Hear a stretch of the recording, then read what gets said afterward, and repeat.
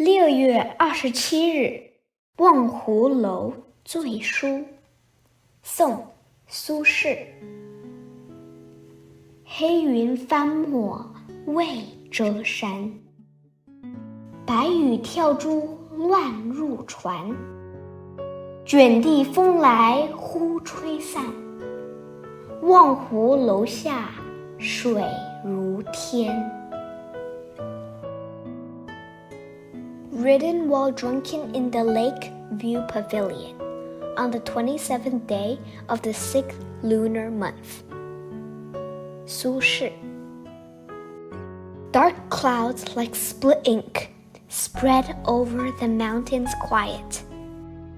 Raindrops like bouncing pearls into the boat run riot. A sudden rolling gale dispels clouds far and nigh.Calmed water in the lake becomes one with the sky.